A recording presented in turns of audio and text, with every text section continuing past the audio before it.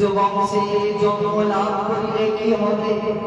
উচ্চ বংশে জন্ম লাভ করিলে কি হবে? হীরের সন্তান যদি জ্ঞান শাস্ত্র লবে। হাজার হাজার কুঞ্জ নাহিলে আধার, হাজার হাজার কুঞ্জ নাহিলে আধার, এক চন্দ্র আলো করে জগৎ সমাজ।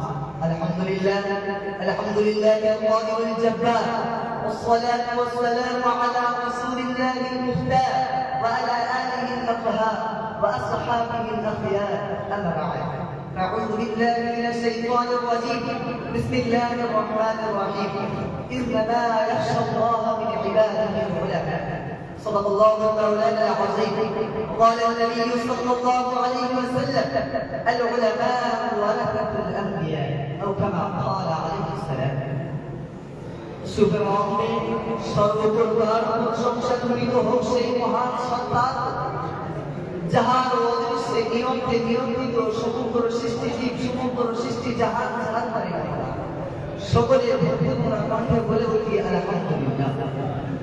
অতঃপর অনন্তর বদল বর্ষিত হোক সেই মহামানবের প্রতি, যিনি নবী কুলের শিরোমণি, উভয় জগতের কান্ডারি, সাফিয়ে মুসাফফা, সাকিয়ে কাউসার, রাহমাতুল লিল আলামিন, হুজুর সাল্লাল্লাহু আলাইহি ওয়াসাল্লাম। সকলে বলি সাল্লাল্লাহু আলাইহি ওয়াসাল্লাম। আজ এই অনুষ্ঠানের প্রধান অতিথি অর্থ মাদ্রাসার ডাইরেক্টর মহামান্য মুফতি সাহেব হুজুর। তৎসঙ্গত আজ এই অনুষ্ঠানের সভাপতি সাহেব ও আমার সামনে উপবিষ্ট সমস্ত স্তরের জ্ঞান প্রকাশশালী ব্যক্তি, আমি আবার অন্তর স্তর থেকে একটি গোলাপের পাপড়ি দ্বারা সালাম ও শুভেচ্ছা ও ভালোবাসা জানিয়ে আমি আমার বিষয়ের দিকে ধাবিত হই। ইনশাআল্লাহ আল্লাহ সর্বোত্তম সাহায্যকারী। তো সুপ্রলম্বে নিজের অক্ষমতাটাকে প্রকাশ করাটাকেই উচিত মনে করছি। যেহেতু আপনাদের মতো জ্ঞানী ব্যক্তিদের সম্মুখে আমার বক্তৃতা দেওয়ার মতো সেই যোগ্যতা পারদর্শিতা আমার নাই, তাই আমরা জানি যে একটি পেন্সিল আর একটি ফাউন্টেন পেন দুজনের লেখা এক হয় না। পেন্সিল সেটা লেখাটা মানুষকে বোঝাতে কষ্টকর হয়ে যায় বা মানুষ বুঝতে কষ্ট হয়ে যায়, কিন্তু একটি ফাউন্টেন পেনের লেখা মানুষ কষ্ট ছাড়াই বুঝতে পারে। তাই সুতরাং আমি আজ আমার বক্তৃতা হয়তো আপনাদের কাছে পেন্সিলের ন্যায় হতে পারে। যাই হোক, আজ আমার বক্তৃতার বিষয় হলো আল্লামা মাওলানা রহমাতুল্লাহ আলাইহির student life and teacher life. এই স্টুডেন্ট লাইফকে আমি দুইটি ভাগে বিভক্ত করেছি। একটি হলো বাল্য শিক্ষা, অপরটি হলো উচ্চ শিক্ষা। বাল্য শিক্ষা হুজুর আল্লামা মাওলানা রহমাতুল্লাহ আলাইহি তিনি যখন পৃথিবীর জমিনে ভূমিষ্ঠ হওয়ার পর থেকে তিনি যখন আস্তে আস্তে আস্তে আস্তে বাড়তে লাগেন, বড় হতে লাগেন, আম্মা জানের কোলে যখন তার মুখ ফুটে, অর্থাৎ তিনি যখন কথা বলতে শুরু করেন, প্রাথমিক পর্যায়ে তিনি তার পিতা মাতার কাছ থেকে তালিম গ্রহণ করেন। আর এটা তো জানা জিনিস যে পৃথিবীর জমিনে বড় শিক্ষক হলো পিতা মাতাই। তাই পিতা মাতার কাছ থেকে তালিম নিতে শুরু করেন প্রাথমিক পর্যায়ে। আর সে সময়ের মতো বিদ্যমান ছিল না, সে সময়ের মতো কোনো মোড়াল ছিল না, সে সময়ের মতো কোনো বক্তব্য ছিল না, সে সময়ের মতো কোনো পাঠশালায় ছিল না যেখানে তিনি পড়াশোনা করতেন।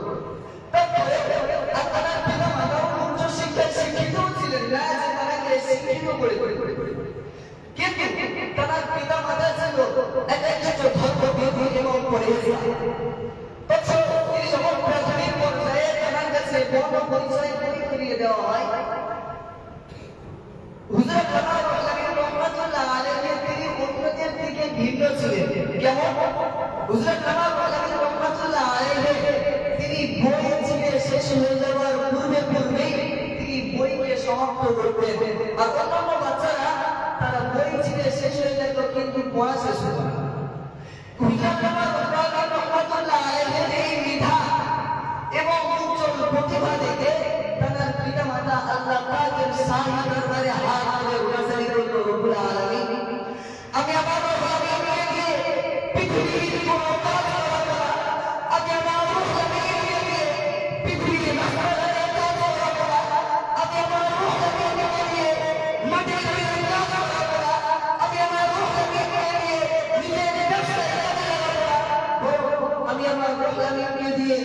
কোরআন হাদিসের উচ্চ শিক্ষায় শিক্ষিত করে গড়ে তুলবে। তার পিতামাতার এই আশায় এবং এই প্রত্যাশায় তারা যখন 13 বছর বয়সে তিনি সৈয়দপুর মাদ্রাসায় সৈয়দপুরে মীর আব্দুল খালেক সাহেব হুজুরের তত্ত্বাবধানে তিনি কোরআন শিক্ষা করেন, তৎসহ তিনি পাক নামাজ শিক্ষা ওখানে সমাপ্ত করেন। তবে এই তীব্র মেধা এবং উজ্জ্বল প্রতিভা থেকে মানুষ বিস্মিত হয়ে যায়। ফলে বিখ্যাত তানভীর গোপাল খান নামেও একজন ব্যক্তি তানাকে নিয়ে বসে সদরে নিয়ে আসেন। সদরে নিয়ে এসে তানাকে সুফি সাহেবের কাছে দিলেন। সুফি আব্দুল সফি সাহেবের কাছে তারা তত্ত্বাবধানে কোরআন শিক্ষা করার জন্য ওখানে ভর্তি করে দিলেন। তার কাছে কোরআন শিক্ষা করতে তৎসহ তিনি বসিরহাটের উচ্চ বিদ্যালয় ওখানকার হেড মাওলানা ওয়াজিদ আলী সাহেবের তত্ত্বাবধানে তিনি মাওলানা ওয়াজিদ আলী সাহেবের কাছে তিনি পরিস্তা বস্তা তৎসহ ইনসায়ে মাতলুব কিতাব পড়তে শুরু করেন। তারপরে তিনি আরবি ব্যাকরণ এবং শব্দতত্ত্ব পড়ার লক্ষ্যে তার কাছে তিনি মিজান এবং মুনসাইদ নামক কিতাব পড়তে শুরু করেন। ভাগ্যের কি পরিহাস আর আল্লাহর কি পরীক্ষা! হুজুর যখন মাওলানা ওয়াজিদ আলী সাহেবের কাছে যখন এই মিজান নামক কিতাব যখন পড়তে শুরু করেন, শেষ করার পূর্বে মহান রব্বুল আলামিন মাওলানা ওয়াজিদ আলী সাহেবকে পৃথিবীর জমিন থেকে তুলে নেন।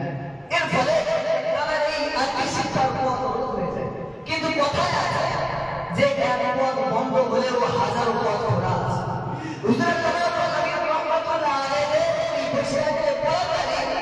তিনি পিতামাতার সাথে কখনো কখনো দেখা করতে আসতেন মাত্র 2-1 দিনের জন্য।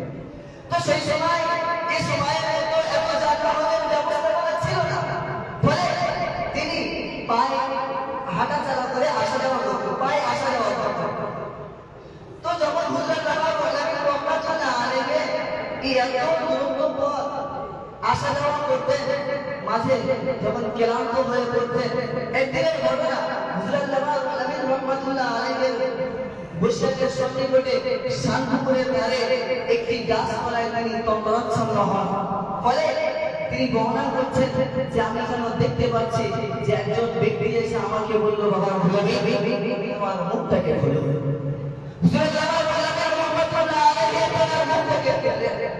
তারপরে তারা তাকে থুতু নিক্ষেপ করলেন। ঘুম ভেঙে গেল।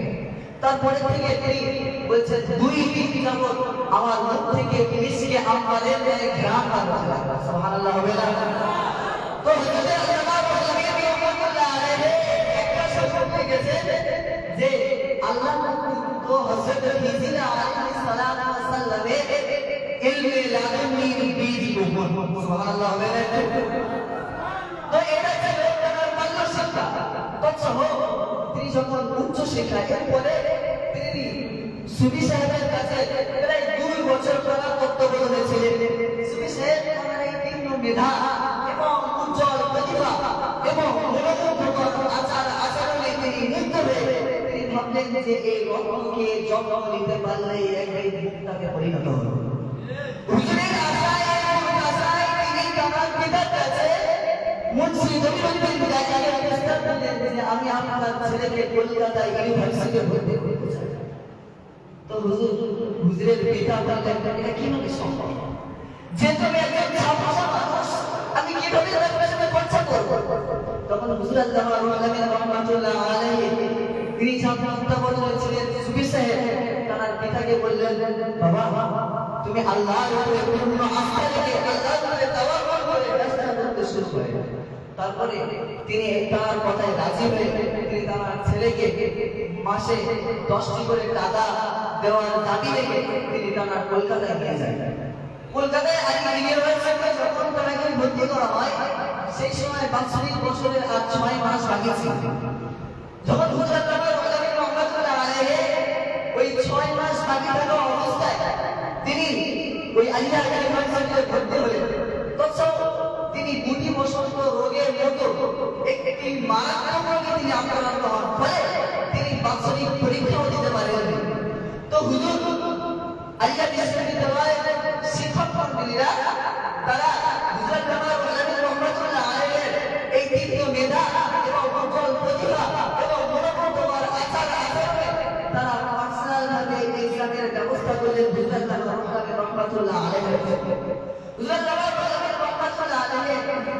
পার্সোনাল ভাবে পরীক্ষা দিলেন। পরীক্ষার ফলাফল ভালো যে হুজুর আল্লামা রুহুল আমিন রাহমাতুল্লাহ আলাইহি প্রত্যেকটি বিষয়ে প্রত্যেকটি সাবজেক্টে ফার্স্ট হয়েছে এবং আলিয়া বিশ্ববিদ্যালয়ে তিনি ফার্স্ট হয়েছে। প্রত্যেকটি বাংলা আসামের প্রত্যেকটি ছাত্রের মধ্যে থেকে তিনি ফার্স্ট হয়েছে। শুধু তাই নয়, তিনি যতদিন আলিয়া বিশ্ববিদ্যালয়ে ছিলেন একদিনও দ্বিতীয় হননি, প্রথম স্থান অধিকার করেই চলেছেন। আর সেই থেকে এই আলিয়ার যত লক্ষ্য থেকে নিয়ে হুজুরের আগ পর্যন্ত এত নাম্বার এরকম পরিমাণের নাম্বার কেউ করতে পারেনি। আর হুজুরের পড়ার থেকে নিয়ে এই পর্যন্ত এই উজ্জ্বল রেখা কেউ ভাঙতে পারেনি এই বাংলা আসামের মধ্যে। তো হুজুর আলিয়া বিশ্ববিদ্যালয়ে পড়াকালীন একটি এক্সামে দেখা গেল যে হুজুরের পরীক্ষার খাতা আর হুজুরের আরেকজন ছাত্রের খাতা হুবহু মিলে আছে। তো হুজুর ডিসাইড করতে পারছিল না যে কে কার খাতা নকল করে ফেলেছে। তো হুজুর আল্লামা রুহুল আমিন রাহমাতুল্লাহ আলাইহির শিক্ষক মণ্ডলীরা তারা পার্সোনাল ভাবে তাদের দুজনের আবার পরীক্ষার ব্যবস্থা করলেন। হুজুর আল্লামা রুহুল আমিন রাহমাতুল্লাহ আলাইহির সাথে আবার দুজনের এক্সাম। তারপরেও দেখা যায় যে দুজনের খাতা শব্দের সাথে শব্দের মিল, বাক্যের সাথে বাক্যের মিল, লাইনের সাথে লাইন। হুজুররা বিস্মিত হয়ে যায় যে এটা কিভাবে সম্ভব।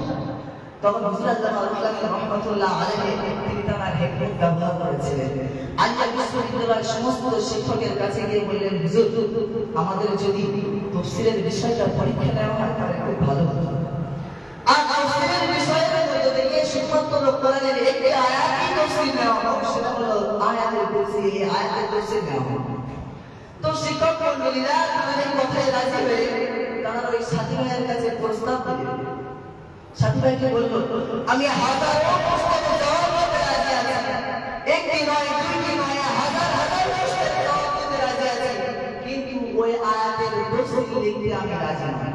তখন এক্সামিনারদের আর বোঝার এখানে অবকাশ থাকে না। তারা বুঝতে পেরেছিলেন যে তিনি আমাদের মধ্যে একজন তিনি হলেন জেন জাতি, সেই কারণে তার জন্য এটা সম্ভব হয়। তখন হুজুর আল্লামা রুহুল আমিন রাহমাতুল্লাহ আলাইহি এত কিছুর পরে তিনি কি হয়েছিলেন ওখানে ফার্স্ট হয়েছিলেন। তো হুজুর আল্লামা রুহুল আমিন রাহমাতুল্লাহ আলাইহি আলিয়া বিশ্ববিদ্যালয়ে পড়া শেষ করার পরে তারা এই তীব্র মেধা এবং মঙ্গল প্রতিভা ও মনোবল করার আচরণে শিক্ষক মণ্ডলীরা মুগ্ধ হয়ে তারা গিয়ে ওখানে চাকরির ব্যবস্থাও করেছিলেন। হুজুর আল্লামা রুহুল আমিন রাহমাতুল্লাহ আলাইহি তিনি মুজাদ্দিদ জামান আমির শরিয়াত তাআলা হযরত হুজুর বিন কিবলা রাহমাতুল্লাহ আলাইহির দরবারে হাজির হয়ে হুজুর আমার আলিয়াতে একটি চাকরি হয়েছে। আমির শরিয়াত তাআলা হযরত হুজুর বিন কিবলা রাহমাতুল্লাহ আলাইহির দরবারে লক্ষ্য করে বললেন, তুমি যদি ওখানে চাকরি করো যে বাংলার মুসলমান তারা একাকী কেউ বিভিন্ন দলে হতে পারে, তারা কোরআন হাদিস ইজমা কিয়াসকে ছেড়ে দিয়ে বিভিন্ন দলে বিভক্ত হয়েছে, এগুলো রক্ষা করতে হবে। তখন হুজুর তার চাকরিকে ত্যাগ করে দিয়ে এই বাঙালি মুসলিম এই বাংলার মানব জাতির দিকে লক্ষ্য করে দেখলেন যে তারা বিভিন্ন ফিরকা দলে মানুষ বাংলার মুসলমান তারা কোরআন হাদিস ইজমা কিয়াসকে ছেড়ে দিয়ে বিভিন্ন ফিরকা দলের উপরে আসক্তি হয়েছে। তখন হুজুর আল্লামা রুহুল আমিন রাহমাতুল্লাহ আলাইহি একটি দল ফিরকা শিয়া দলে বিভিন্ন মানুষ বাংলার মুসলমান তারা দলে দলে দলে দলে ফিরকা শিয়ার মধ্যে ঢুকে যাচ্ছে। তখন হুজুর আল্লামা রুহুল আমিন রাহমাতুল্লাহ আলাইহি তিনি তারা রক্তকে পানি দিয়ে দিয়ে তিনি তারা রক্তের পরিস্থিতিতে বর্তমানে রাতের রূপকে হরণ করে দিয়ে তিনি তারা লিখি বর্তমানে রক্তের শিয়ার কিতাব রচনা করে এই বাংলার মুসলমানদেরকে সঠিক রাস্তা দেখিয়েছে। শুধু তাই নয়, শুধু এখানে কেন যে সময় এই বাংলার মুসলমান এই বাংলার মুসলমান এই বাঙালি জাতির তারা দলে দলে দলে দলে হাজার কাছে ফিরতে হাজার কাছে তাদের মধ্যে যখন বিভক্ত হতে লেগেছে, সেই সময় ইসলামে আল্লামা রুহুল আমিন রাহমাতুল্লাহ আলাইহি তিনি তারা লাহোরি মাধ্যম করা তিনি তারা মাধ্যম করা তিনি হাজার কাছে কিতাব রচনা করে এই বাংলার মুসলমানদেরকে সঠিক পথের দিশা দেখিয়েছেন। শুধু তাই নয়, যে সময় এই বাংলার মুসলমানদের উপরে যখন বিভিন্ন পর্যায়ে বিভিন্ন ফিরকা দলেরা যখন বিভিন্ন পর্যায়ে তারা অপবাদ দিয়েছে, সময় ওই উত্তপ্ত পরিস্থিতিতে আল্লামা আল-আলবী রাহমাতুল্লাহ আলাইহি অপবাদ ফাটল এই কিতাবটি রচনা করে বাংলার মুসলমানদেরকে সিলসিলায়ে মুজাদ্দিদের জামানের আদর্শ সিলসিলায়ে মুজাদ্দিদের জামানের মতাদর্শকে তাদের সম্মুখে উপহার হিসেবে তুলে ধরেছে। তাই আজকে বলবো যারা বসে আল্লামা আল-আলবী রাহমাতুল্লাহ আলাইহি মুক্তি করে, তারা বসে আল্লামা আল-আলবী রাহমাতুল্লাহ আলাইহি মুক্তি করে, তাদের দিকে লক্ষ্য করে বলবো জ্ঞানীর মর্ম জ্ঞানীই বোঝে, জ্ঞানীর মর্ম জ্ঞানীই বোঝে। তাই জ্ঞানীর কথা জ্ঞানীর কাছে, তাই জ্ঞানীর কথা জ্ঞানীর কাছে। তাই যদি জ্ঞানী যদি সমান না হয়, তাই জ্ঞানী যদি সমান না হয়, বুঝার মাঝে কষ্টদায়ক হয়। আপনি যদি বসে আল্লামা আল-আলবী রাহমাতুল্লাহ আলাইহি বুঝতে পারতেন, বসে আল্লামা আল-আলবী রাহমাতুল্লাহ আলাইহি চেতে পারতেন, তাহলে কখনোই তোমার দ্বারা এই কটূক্তি করা সম্ভব হতো না, এটা অসম্ভব হয়ে যেত। তাই শেষ বেলায় আমি একটি কবিতা বলি, ইতি নাতিদেরকে বক্তৃতা এতে করব। তিনি দক্ষ ছিলেন ছাত্র বেশে, তিনি দক্ষ ছিলেন ছাত্র বেশে, সুদক্ষ হলেন শিক্ষকেই বটে।